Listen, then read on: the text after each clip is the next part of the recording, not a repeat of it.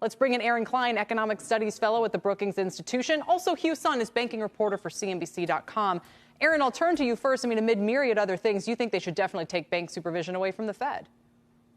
Yeah, look, any organization can only have one number one priority. The ancient Greeks used to call it their telos. And for the Federal Reserve, that's monetary policy. And that is as it always will be. Bank regulation is going to fight to be second fiddle at the Fed. And the Fed's own report on SVB found that its culture of consensus created problems that left regulators unable or unwilling to challenge bank CEOs when they were taking on this massive interest rate risk. Look, how many more regulatory failures under the Fed's watch should we have before we question whether or not the Fed is right for this job? Now, Hugh, this has opened up a lot of concern about what the health of the overall regional banking sector is. We know that there are those who believe that the regional banking crisis now is not about deposits. It is very much about the market and short sellers. Is there any way that the banks can win in this kind of a situation, even if they put up their strong numbers, stable deposit bases? Are short sellers just able to assail them no matter what the fundamentals are? Hey, Dom, great to be with you. So the market has divorced itself from the fundamentals. And how do we know that?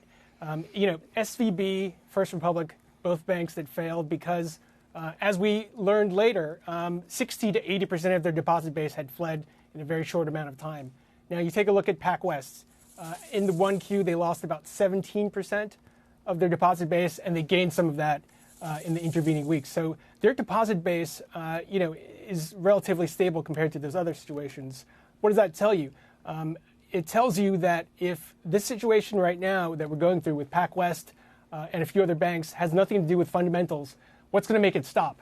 And, from my conversations with analysts and investors, the two things they point out, the way to, put the fire out in regional banks is to do one of two things. One, FDIC insurance blanket, either expand it vastly or have a much higher limit than today, or two, a ban on short selling.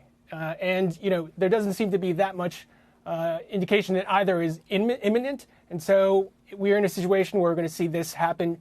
The play for short sellers is very clear. Push a bank to the brink, profit from that, and find another, rinse and repeat, Dom. Well, and to that point, Aaron, let me turn to you as well. On that policy question, there's kind of two things in the air right now. There's the idea of raising deposit insurance, maybe for just transaction accounts, maybe not. And the question of whether banning short selling is going to be the next move here. So raising the deposit insurance cap is the wrong move.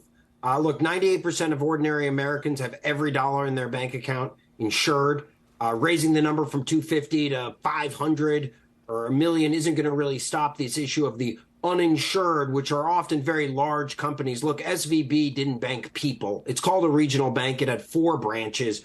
Most of these have about 1,000. It banked giant tech firms, Roku, Circle, etc. That's not going to be solved. Now, a blanket lien on all transaction accounts of any size, that's a pretty big thing. That requires an act of Congress. Congress could consider that.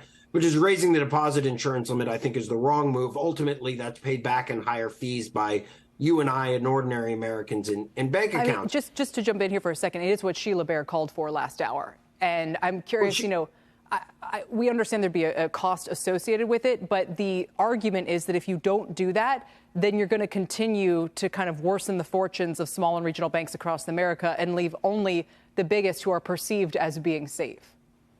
So I'm not entirely sure I agree with that outcome. Look, America has over 4,000 banks, and we've talked about the failure of 4 or 5 of them.